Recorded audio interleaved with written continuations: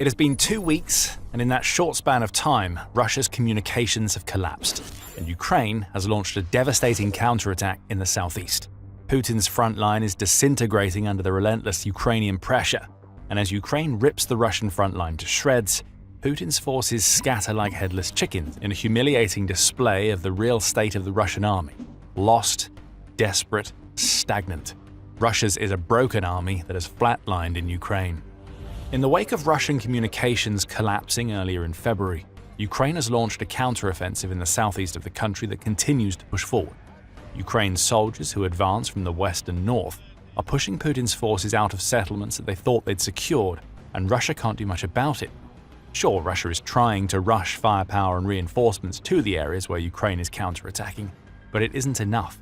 Russia has become frantic and panicked, and that all adds up to yet more gains for Ukraine in a war that Putin was trying to claim was all but over toward the end of 2025. In a few minutes, we're going to explain the reasons why Ukraine is tearing Russia's southeastern front line to shreds. But first, let's head to Dobropilya, a small mining town that is about 95 kilometers or 59 miles west of Donetsk. Dobropilya has long been a bastion for Ukraine. When separatists in the Donetsk region were trying desperately to push through Putin's ambition of taking that particular region back in 2014, the entrepreneurs and activists in the town organized themselves to protect their status as Ukrainians. Not a lot has changed since. Though Russia continuously launches offensives in the Dobropilya sector as it attempts to surround key cities in Donetsk, Ukraine keeps pushing back. And in mid-February, Ukraine not only defended but launched a counterattack that left Putin's forces devastated. Dobropilya straddles the line between the Dnipropetrovsk and Zaporizhia oblasts, where Ukraine has been counterattacking en masse since early February. Near that line, Russia's 36th Combined Arms Army holds positions across the western edge of Dobropilya, from which it attempts to launch assaults on the village. Those Russian soldiers tried again in an incident recounted on February 18th by Ukraine's 33rd Separate Assault Regiment, or OSHP, on Telegram. The enemy advanced with a truckload full of disposable Russians with the intention of reaching the deployment point from which he planned to storm the village of Dobropilya, but the fighters of the 33rd OSHP, together with adjacent units, stood in his way, the regiment declares in its post. Let's get that straight. Russia loaded a contingent of soldiers into a single vehicle and then just drove, straight at a Ukrainian position, in broad daylight. This is desperation. And the outcome is precisely what you would expect it to be. Euromaidan press reports that the Russian convoy, if you can call it that when there was only one vehicle, was easily spotted by Ukraine as it attempted to roll along the R85, formerly T0401, highway, which is just north of Dobropilya. Ukraine's reconnaissance drones easily spotted it, as revealed in a video shared by the same outlet. The vehicle, which was slow-moving and had no chance of evading, was struck right in the windshield by a kamikaze drone.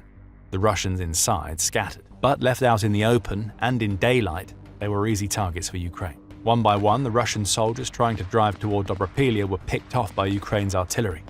By the end of the Ukrainian counterattack, up to 15 of Putin's patsies lay dead or wounded in open fields and scattered woodland, all because they launched a ridiculous assault that anybody with half a brain would know that Ukraine would spot easily.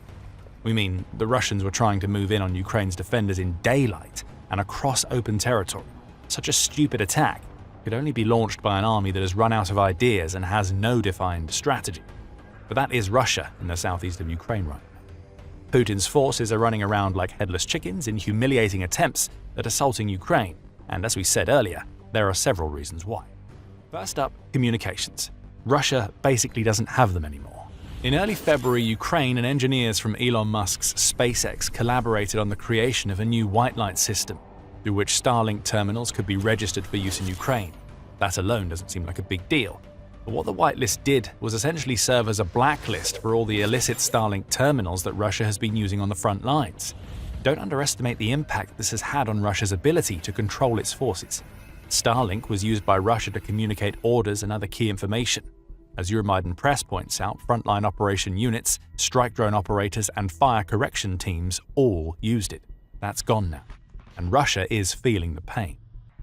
To rub salt in the gaping Russian communication wound, Putin himself made what may go down as his dumbest decision since he launched his supposed special military operation. With his soldiers scrambling to find a replacement for Starlink, Putin decided to severely limit access to the social media platform Telegram. which Reuters reports the Kremlin has been trying to do since 2018. That Telegram crackdown couldn't have come at a worse time for Russia's forces. Already struggling without Starlink, Putin's soldiers lost access to an app the Moscow Times notes they used extensively for tactical and operational command in Ukraine. Telegram helps Russia's forces to organize logistics, download maps, send real-time footage, and even raise funds to equip the soldiers that Putin is trying to send into Ukraine without any equipment. The Russian pro-war blogger Fighter Bomber summed the situation up, stating, "Within a day after Telegram's slowdown, I receive about 5 videos from anonymous military personnel complaining that they're completely screwed without Telegram." You want the main reason why Russia thought it would be smart to attack Dobropilya in broad daylight using one truck. You now have the answer. The soldiers in that truck had no idea what they were doing. With communications collapsing across the front lines, they are literally as directionless as headless chickens. All that they can do is try to keep pushing forward in whatever way they can, making them easy pickings for Ukraine's counterattacks. What this has led to is an enormously successful Ukrainian campaign in the southeast that has resulted in the liberation of vast swathes of territory. We'll dig into what Ukraine is achieving with its counterattack later in the video, but for now, the evidence is mounting that Russia is lost without Starlink and Telegram. In the immediate aftermath of the Starlink shutdown, a Ukrainian drone operator named Giovanni revealed how Russia has been weakened to the BBC. "The Russians lost their ability to control the field," Giovanni claimed, adding, "I think they lost 50% of their capacity for offense. That's what the numbers show. Fewer assaults, fewer enemy drones, fewer everything. Russia has gotten so desperate to get Starlink back that it's attempting to bribe collaborators in the occupied territories to give them registered terminals they can use on the front lines. This is not what one of the supposed strongest militaries in the world was meant to be doing. Russia simply has no solutions."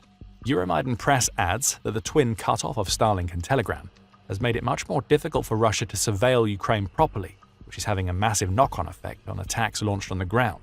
Russia's drones can still fly, but operators have no easy way to communicate what drones see to the infantry, which leads to situations like a unit trying to drive into Dobropilya as recklessly as we saw on February 18th. Did that unit even know where it was heading? How much information did it have? None of these questions have answers, but the outcome is that Ukraine launched a devastating counterattack without even having to use soldiers, all because Russia's forces are now being forced to attack without their important communications systems. The same outlet offers a few more details about what Russia seemed to be trying to achieve with its truck full of now dead soldiers. The 36th Combined Arms Army had been blindly marching in the direction of Zaporizhzhia city since the Starlink cutoff. Ukraine had been picking off the marchers in the grey zone leading up to the city, which is an area that neither side controls but is an absolute death trap for anybody who enters. Methodically, Ukraine had picked holes in the Russian line around Dobropilya, enabling counterattacks that panicked the Russians into sending reserve units into the fight. It's possible that the Russian soldiers in the Dobropilya truck were reservists sent to reinforce an already failed assault. They didn't last long. Now, Russia is coming up with desperate ways to overcome its communications problems. But before we dig into that, you are watching The Military Show. If you haven't subscribed yet, now is the perfect time to hit that button. As for the desperate solution that Russia has hit upon to replace Starlink, it's balloons. As Forbes contributor Vikram Mittal noted in a February 17th article, Russia has turned to the Barrage 1 system to reignite its communications. It's essentially a system that amounts to a balloon that can carry 5G terminals into the stratosphere. It's actually a fairly smart system, especially due to the pneumatic ballast system built into it that allows the balloon to adjust its altitude as needed. However, it's also a type of balloon that was never intended for the purpose that Russia is now using it. The Barrage 1 is built to carry a payload of up to 100 kilograms or about 220 pounds, so it's clear the balloon is meant to be an offensive weapon, not a communications platform.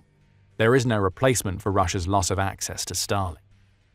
The thousands of satellites that make up the Starlink system can't be emulated by military balloons that can currently fly for only a handful of days. Even after proposed upgrades, the Barrage 1 will only be usable for a few weeks before the balloon comes back down. This is Russia's solution to the Starlink problem, and it's putting itself in a position where it will only be able to create pockets of connectivity using a solution that costs money to build and requires stable logistics to get to where it needs to go before it's even launched. All of these are problems for Russia that explain Ukraine's powerful counterattack. There's more. As it grapples with the collapse of communications on the front lines, Russia is also dealing with another problem that explains why its offensives are so weak that they're immediately countered by Ukraine. Russia's army had flatlined on the manpower front. That's according to Euromaidan Press, which says that Russia's army hasn't grown for the past 6 months, even as Putin's forces adjust their tactics. Russia is stuck with about 711,000 soldiers. But though that seems like a lot, when Putin's only strategy is to send meat into the grinder against Ukraine, having a stagnant army means that Russia is being forced to pull soldiers from various locations inside Ukraine and into regions that Putin considers to be priorities. What this does, Euromaidan Press reveals, is create weak points across the front lines as reservists are pulled away. Ukraine's counterattacks take advantage of these weak points as they destroy the stragglers who aren't being reinforced with more soldiers or equipment because those reinforcements have headed elsewhere. Ukraine is making Russia pay for this weakening of its front lines, and we can see that in the numbers. According to Ukraine's President Volodymyr Zelensky, Ukraine eliminated 35,000 of Russia's soldiers in December 2025 alone. When we say eliminated, we mean these Russian troops were killed. The number doesn't include the injured or those that Ukraine captured. This is 35,000 soldiers who have been taken out of the equation permanently, and that Russia has been forced to replace. In January, Ukraine almost repeated the feat.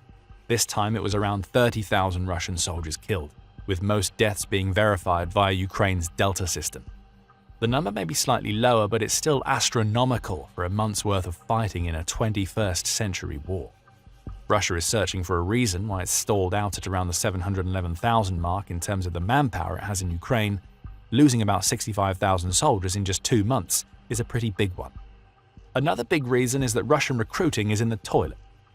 As Russian casualties have surpassed 1.25 million since Putin launched his invasion, we're finally at the point that Russia is losing more soldiers monthly than it's managing to recruit. United 24 Media highlighted this in a February 19th article where it revealed that the ratio of Russian losses to Ukrainian losses is so massive in some areas of the front that Russia is suffering as many as 20 to 25 casualties per Ukrainian casualty in some regions. These are unsustainable numbers, and they're showing in Russia's recruiting.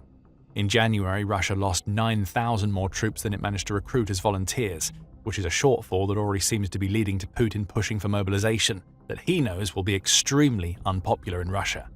And what we're seeing here is that Russia's troop stagnation is actually as good as it's going to get for Putin until he pulls the trigger on mobilization, assuming he's foolish enough to do so. With Russia now losing more soldiers than it recruits, the 711,000 that is the flatline figure is going to come down. What if Ukraine achieves a similar ratio in February? That would put Russia's army in Ukraine at 702,000. And if the pattern continues, what was once an overwhelming and seemingly endless force gets whittled down into a vulnerable army. It's pretty simple. More dead Russian soldiers who aren't replaced open up more opportunities for Ukraine to launch counterattacks. Each lost soldier amounts to a weaker Russia, and not even Russia's tactical adaptations can do anything about it. As Putin's front line breaks down, he's increasingly relying on smaller assault groups that he uses to infiltrate the grey areas that we mentioned earlier. This approach has been successful in the sense that it allows Russia to sneak soldiers into Ukrainian territory. But far too often, these soldiers end up isolated as the backup that is supposed to reinforce the footholds that they create doesn't end up coming. A strategy that is supposed to lead to fewer deaths in the Russian ranks clearly isn't working, as the figures for January and December reveal. Ukraine's intelligent use of drones is the big reason why. As Russia tries to push forward with its new strategy, Ukraine's drones patrol the grey zones, looking both for isolated Russian units and opportunities for Ukrainian counterattacks. As Euromaidan Press reports, Ukraine's Unmanned Systems Forces, or USF, are more important now than they've ever been. Since the summer of 2025, the USF's numbers of verified combat results, which includes confirmed hits, target destruction and fire damage, has increased from 4% to 33%. About 60% of Ukraine's firepower comes from its drones, and these unmanned murder machines are doing a real number on Russia's soldiers. According to Zelensky, at least 80% of the successful strikes that Ukraine conducts against Russia's forces are now being carried out by drones, and this success rate is opening up plenty of avenues for Ukraine's counterattacks against Putin's crumbling front lines. We saw that in Dobropilya. All it took was one drone to spot the Russian truck and another to take the vehicle out. Russia's forces scattered into the kill zone, and Ukraine was able to ambush them with artillery, leading to yet more death. Russia's tactical adaptation hasn't worked, though it hasn't stopped it from lying about its battlefield gains, as you'll find out if you stick with us for a couple of minutes. Before we get to that, we told you earlier that Ukraine has achieved huge success with its counteroffensives in the south and southeast of the country. We believe the words that we used were that Ukraine has liberated vast swathes of territory, UA Wire has the details. It reports on comments made by the Ukrainian military, which says that its counteroffensive strategy is all about ruining Russia's plans to push deeper into Dnipropetrovsk and Zaporizhia in the summer. Since the start of the operation, the air assault grouping, together with adjacent units, has restored control over more than 300 square kilometers of territory, cleared of enemy sabotage and reconnaissance groups, and over 8 settlements, Ukraine's military claims. Bear in mind that this isn't the final result of the counter-operation that we're seeing right now. The amount of territory reclaimed is going to grow for as long as Russia struggles with communication and manpower issues, and neither of those problems look like it's going to get a real solution anytime soon. Who knows? After destroying the attempted Russian offensive in Dobropilya, Ukraine may have opened the door for a deeper push into that sector that helps to keep Russia away from the village that it's targeting. The southern operation is clearly reaping massive benefits for Ukraine. And yet Russia is still trying to maintain its false aura of dominance, and nowhere is that clearer than in Kupiansk. Though not part of Ukraine's southern push, as the city is in the northeastern Kharkiv Oblast, Kupiansk serves as a reminder that Russia will lie through its teeth about what's happening in Ukraine, even as its front line collapses around it.